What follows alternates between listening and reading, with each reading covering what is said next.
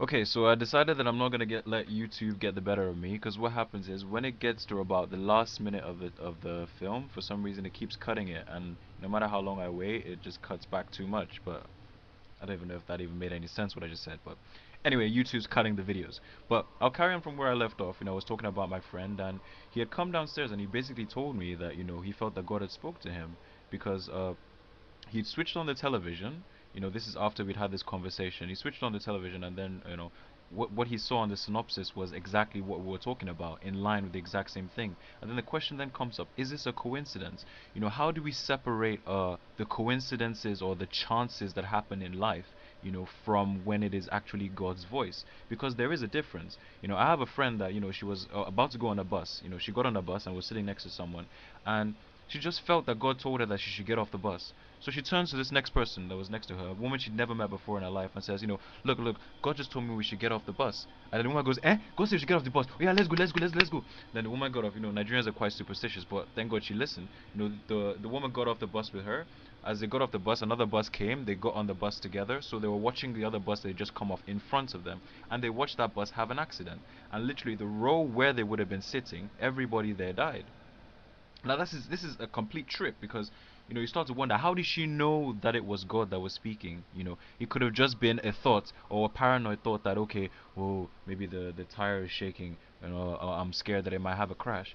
So one needs to be able to decipher when it is actually God's voice that is speaking.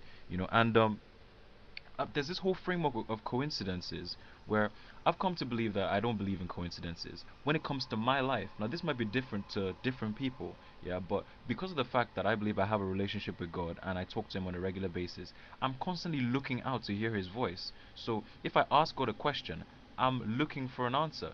I'm walking around, trying to see where the answer is going to be. I know how they say if you look for something hard enough, you will find it. That might be true, but it's different when something is confirmed in different ways. I mean, I can give you so many numerous examples, of, okay, for example, I was sitting down and I was thinking about having a cigarette.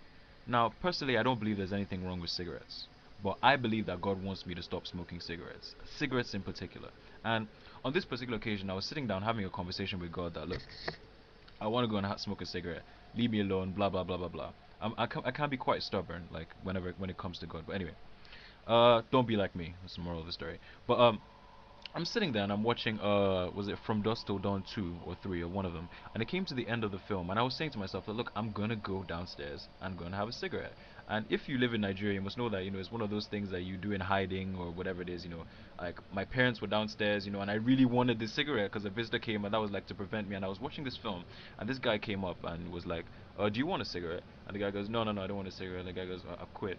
Like, "What? You quit? Wow! Did you get one of those patches or something?" And the guy goes, "No, I quit cold turkey."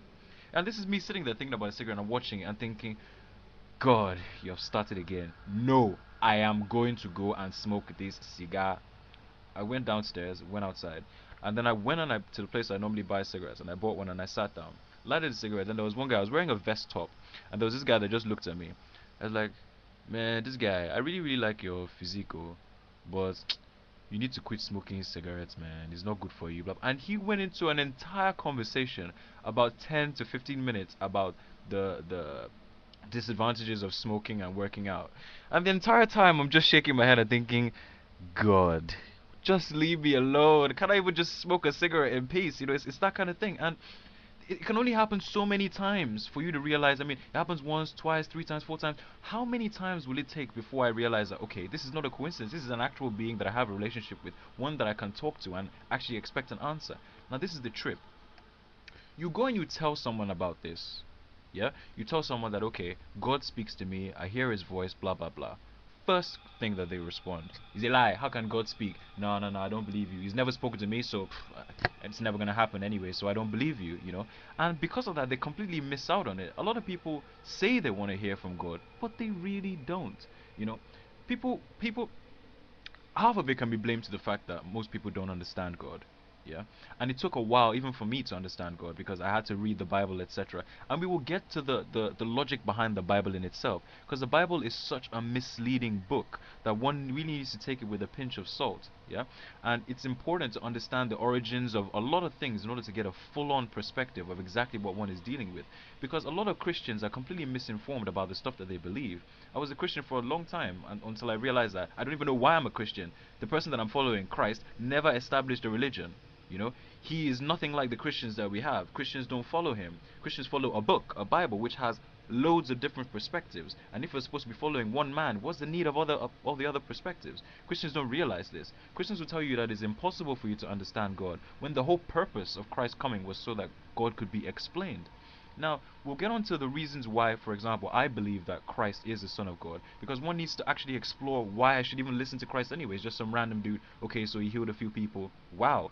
Uh, TD Jakes and other people are healing people and doing that as well. Why don't I, value them as the Son of God or whatever? So I will come into more detail in terms of that. But I'm more particular about this issue of rejecting something off the bat. Yeah, I used to do that so often. Like the last thing I'd be listening to, I'd be doing rather, is listening to someone like me talking like on a computer screen about God. I'm thinking, what the hell? I could be doing so much other stuff. How is this gonna value my life anyway? Okay, so it's gonna give me some lecture or some sermon about blah blah blah. But no, no, no. I'm gonna come about it completely differently. I'm just gonna talk to you about life and my experiences. I'm just gonna tell you stuff that I've seen and noticed for myself, and I can't do any better than that. If you choose to listen to me, then it's your choice. If you don't want to, then I'm not gonna force anything down anyone's throat. But one thing I have realized, yeah, is that God is real, yeah, and when you realize that God is real, it takes a certain amount of steps, because you want to understand Him. Now, when you understand God, it does not mean that you will like Him. It doesn't mean that you will like what you understand. Because we have this imagination of what God is supposed to be, this all loving, blah blah blah, should do this certain way, that is what He's supposed to do. But when you listen to the explanation that Jesus gives about Him, you realize that He's a completely different person from what Christians are presenting. Completely different. Christians have turned him into some kind of slot machine where you put in £10, you expect to get 100. And God isn't interested in stuff like that. He wants to have a relationship with you where you're talking with Him, you're having a dialogue, and you understand certain principles that He wants us to, follow. You know. Okay, I'm gonna avoid this trick this time, because it's getting to like 7 minutes and 30 seconds, and I know that even if I wait till about 9, whatever, it's gonna cut it down to about 8. So I'm not really sure what approach to use with this. So sometimes what I do is I wait, literally, like I have a silent moment where I'm just sort of staring at the computer screen and waiting for it to go off. But I'm just killing time here, you see, because what I'm gonna do is after a while I'm gonna stop it, and it's gonna cut off everything that I've said right now. So you probably wouldn't hear all this shit I'm chatting right now. So, but anyway, just in case you do, okay, I should have said all this before. But yeah, what I'm gonna do, like on the next coming episodes, yeah, is just to go through like some of the stuff that I've managed to understand, about God over the periods, and it's one of those things that we can share thoughts. It'll be encouraging if you put comments up, if you put questions, blah blah blah, just so we can get a bit of a dialogue going. Because at the end of the day, if I'm getting responses, I can sort of customize the stuff that I say in line with what a lot of people seem to have as like issues or problems and blah blah blah in terms of understanding. Because it took me a while to understand certain things, but now that I do, I feel it's important for me to share the information that I have, I guess, with other people. And and it was really a trip to have that conversation with my housemate, and for him to go upstairs and realize that, wow, okay, then what happens next is the question: is he going to believe that God actually spoke to him, or is he going to put it down to, oh, it was just a coincidence? It just so happened that the TV happened to be saying something in line with it, and then you forget about it and it never happened again? Or is he going to be persistent? Is he going to keep talking and talking and talking and talking and expecting to hear and looking out for answers, etc.? Or is he just going to conclude that, look, God doesn't exist? It's a force. It was a coincidence I saw that on TV, and that will be the end of it. And God will not chase you. It is left entirely up to you. You know, if you are the one that's interested in God. I mean, take an athlete for example. An athlete that wants to win a gold medal.